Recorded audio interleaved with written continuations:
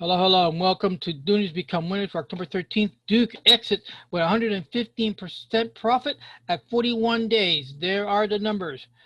We got out at 10.10. We got in at 469, back on 9.3, 41 days ago.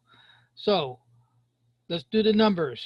10.10 minus from 469 gives us a profit of 541. We had two contracts in play. Two contracts came out to $282 minus $3 in fees, comes out to $1079 against a carried owed of $769 with now a lifetime net of $310. And what that means is that Duke is now off the winner's circle. The Tigers now only have 16 loss leaders left to go, and Duke returned $1079 to the trading coffers. So we are looking really good here. Going on now, our other exit today was AEP. Now AEP is going to be really fun because here's what happened. We did get a last bar low yesterday right there. We did the numbers. We got in on 9.3 again. Also, it's another 41-day hold. We got in at 570. We got out at 991.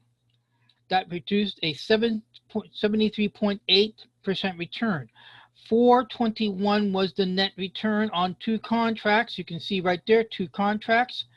842 minus $3 in fee, coming out with a profit for the trade of 839 against a carried loss of 844. Get what? AEP now owes only $5. That's right. They still owe us $5, and we are going for it because right there is the green price channel. If price comes down and then starts moving back up again, the end result is we are looking at a real good possibility of getting in right here and get the 5%, get the $5 back. The allocation will still be the same. Lesson, you have to declare what is your risk tolerance, what is your risk management. People do it off percentages. People do it off the various parts. Warren Buffett's rule is 5 to 6 trades at any one time. Now, of course, he's talking about big money. Kevin O'Leary is 10, not more than 10 trades at a time. I am the Kevin O'Leary camp. I allocate 10%, which is considered risky, but risky in the part that I have also have my set rules, as you have seen in the videos about your risk. Now, as beginning traders, you do not do that. As beginning traders, you will begin with only trading one contract, and that one contract has to stay within your risk tolerance to get started. Okay, moving on.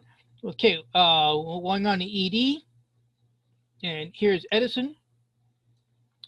And Edison is still green line down here. We have 87. We still got to get that 13%. We have a nice little good hammer here in the middle of the run. So it's very possibility that we can get that 13 possibility by, well, today's Tuesday. So maybe by the end of the week, we'll see what happens. Going on to CVX. At CVX, we now have CVX price line is still flatlining. It's a put price is, remember I told you about why I keep the 30-day moving average as a trend indicator, because price came up and is bouncing down off. So we just got to get this price channel. It's got to get below the, well, we're already past the entry point. So we'll be able to hold on to some kind of profit. Okay, going on now to UAA, our darling, and here is UAA.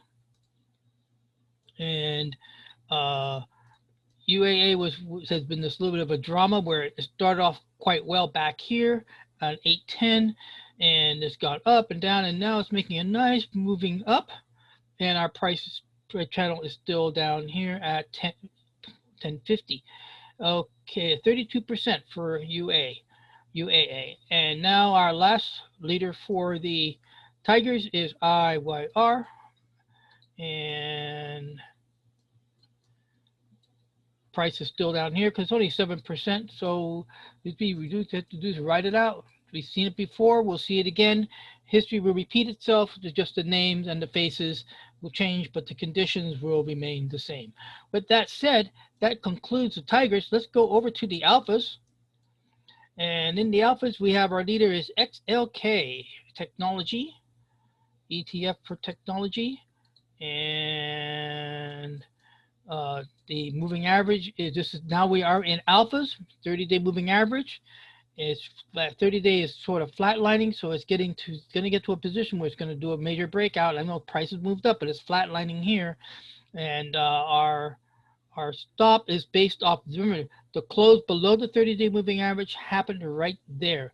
Let me zoom in a little bit closer. So our stop, our official stop is already set. That's why you don't see the warning track here anymore, because we already have our established stop. Now it's a matter of we getting to that ROI 100, or the 30-day moving average starts moving up till price crosses for a natural exit. Going on ITB, there it is. And ITB, ITB is 30-day moving average is creeping ever so nicely, and we're only on the 24%.